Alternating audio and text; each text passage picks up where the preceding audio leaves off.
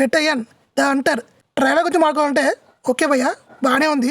ఇంకా జ్ఞానవేల్ జేబీఎంతో మొత్తం ఇండియానే షేక్ చేశాడు. ఏకంగా ఆస్కర్ల వరకు వెళ్ళాలి అనే డిమాండ్ వరకు వచ్చింది జేబీఎం. ఇంకా ఈ సినిమా అయితే పక్క కమర్షియల్ క్రైమ్ డ్రామాగా అయితే రాబోతుంది. జ్ఞానవేల్ గురించి చెప్పక్కర్లేదు, తన స్క్రీన్ ప్లేని చాలా బాగా తీస్తాడు. స్టార్టింగ్ ట్రయల్ చూసినప్పుడు ప్రజెంట్ జరుగుతున్న రేప్ కేసెస్ మీద ఉంటుందేమో అనుకున్నా, ఇంకా రానా వచ్చే గురించి మారింది. నాకైతే కన్ఫ్యూషన్గా ఉంది స్టోరీ, పెద్దగా ఏం చెప్పలేదు. ట్రైలర్లో రానా గారి సినిమాలో నెగిటివ్ రోల్ చేస్తున్నారేమో, ఎందుకంటే నెగిటివ్ షేడ్స్ చాలా ఉన్నాయి. ఇంకా ఫరక్ ఫాజీ కూడా నెగిటివ్ రోల్ ఏమో అనుకుంటున్నా, తను కూడా అలా ఉంది, చూడాలి మరి సినిమాలో. ఇంకా రితికా శెట్టి పోలీస్ ఆఫీసర్కి అయితే చాలా బాగా చేస్తుంది. ఇంకా మన మంజు వారియన్ అయితే పెద్దగా చూపించలేదు, ఏదో 2 షాట్లు పడినాయి అంతే, కొంచెం సాడ్గా 2 షాట్లు పడినాయి మంజు వారియవి. ఇంకా అనిరుద్ధ్ బీజియం కూడా చాలా డీసెంట్గా కొట్టాడు.